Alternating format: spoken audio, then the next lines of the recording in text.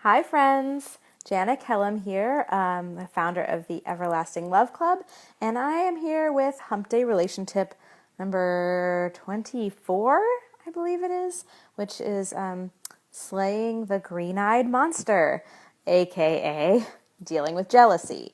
And this is something, a subject and an emotion that all of us feel at some point in our lives. Some of us more often than others. And so I think that this is. I just noticed that I'm wearing a green shirt today. How apropos, right? Anyway, so jealousy is it often sort of rears its ugly head in our intimate relationships, especially, and it comes up when we are feeling disconnected, when we're feeling insecure, when we're feeling fearful about something. Then jealousy very often is a go-to place. And it, is it's a very destructive emotion. It's not at all constructive, except in the sense that it does tell you, sort of point you to some information about where you are, where your mind is, the way that you're thinking about things. So it is important to acknowledge it, and to acknowledge that it is natural to go to that place, but then to move forward and to actually deal with it. So I want to talk about some things that have worked for me in terms of dealing with jealousy, and share that with you for Hump Day Relation Tip today. So, first of all, I think it's really vitally important that you own it, that you acknowledge it, that you give voice to it, that you honor that part of yourself that's feeling that way. It's it can be a red flag. It can be a legit thing, like something is actually going wrong here, or something is off in this relationship, or something is off in the way that you're being treated. And even if that offness is the way that you are being treated, there's something off there, and that feeling of jealousy is giving you that information. So it's really important to just own it, to acknowledge it. And that's, I think, the first step in addressing any sort of emotional issue, especially in our relationships, is you have to first acknowledge that part of you before you get into like, I need to change this, or this is bad that I feel this way. So that's number one. And number two is that you can, once you've acknowledged the jealousy, it's much easier to then move into the space of letting go of that. And sometimes I think that we make that process much more complicated than it really needs to be. I would encourage you to think about that feeling of jealousy as something that you can hold on to, or something that you can drop. And very often the easiest way of letting it drop happens actually in that first step where you are acknowledging, because then it kind of takes all the power away from that thing over you.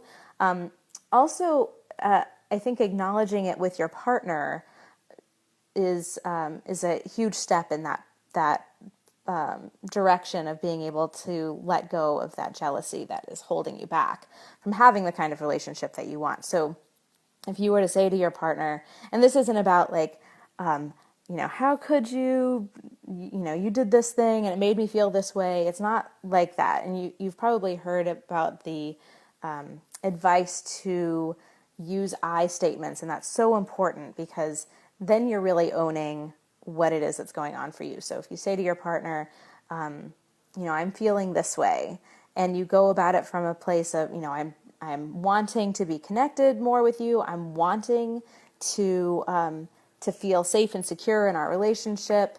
I'm wanting for us to be open and honest about how things are going in our relationship.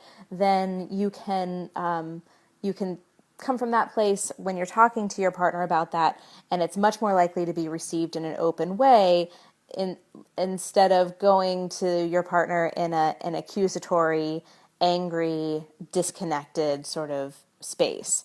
The the next thing that I would suggest is, after you've acknowledged it for yourself and after you've communicated how you're feeling to your partner, is it's really, really, really, really important to remember that this actually might be the first step. Now that I'm talking about this in this way, I'm feeling like this may be number one. But anyway, jealousy comes about because we have some sort of belief that that if our partner looks at somebody else a certain way or comments about somebody else in a certain way, then that means that they don't love us or they don't appreciate us or they don't have the same feelings for us or whatever it is.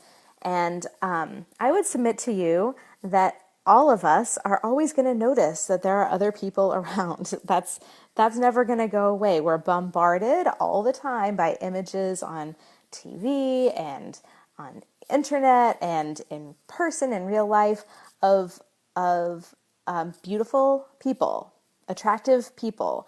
And it's okay. It's okay for you to look at somebody else and be like, wow, that's a really attractive person.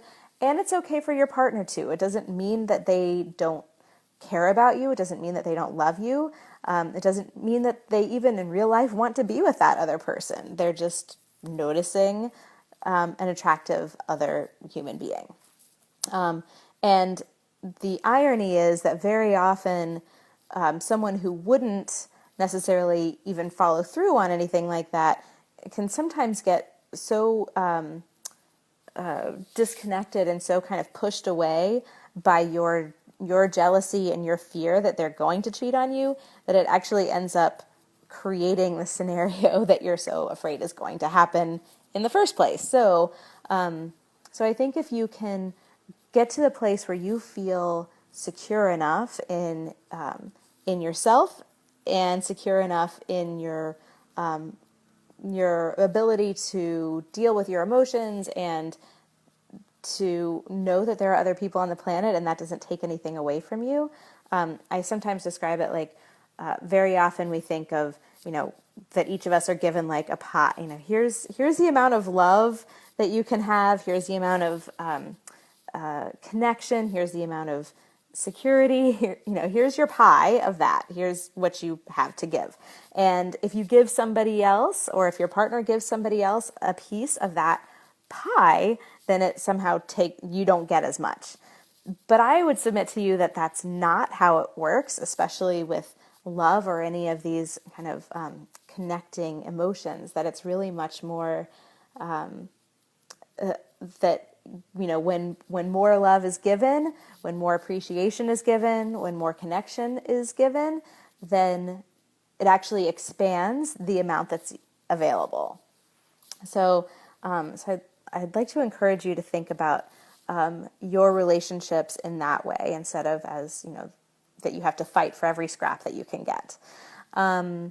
And finally, I would encourage you to find way when you start to feel a little bit of that jealousy come up, really nip it in the bud. So, go through that process of acknowledging and, setting that intention to let it go, communicating with your partner how you're feeling, and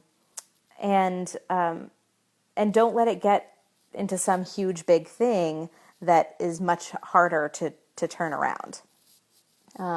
So you have a kind of a strategy, a plan for dealing with that. And then the more you actually put yourself into that strategy and the more you act on that plan, the less often you'll have to deal with it, because it will, you will have shifted your mindset so that that's not your go-to place anymore. So that jealousy, that green-eyed monster thing, starts to feel like kind of a distant memory. So that is my hump day relation tip for today, about how to get over jealousy, slaying the green-eyed monster. I hope that's been useful for you. If there are any questions that you have or comments, or you totally disagree and you think it's actually a really good thing to be jealous and you want to do more of it, any of those kinds of things, feel free to share them in the comments, and share this video with anyone that you think could benefit from it. And I will see you next week. Thank you so much for being here. Bye.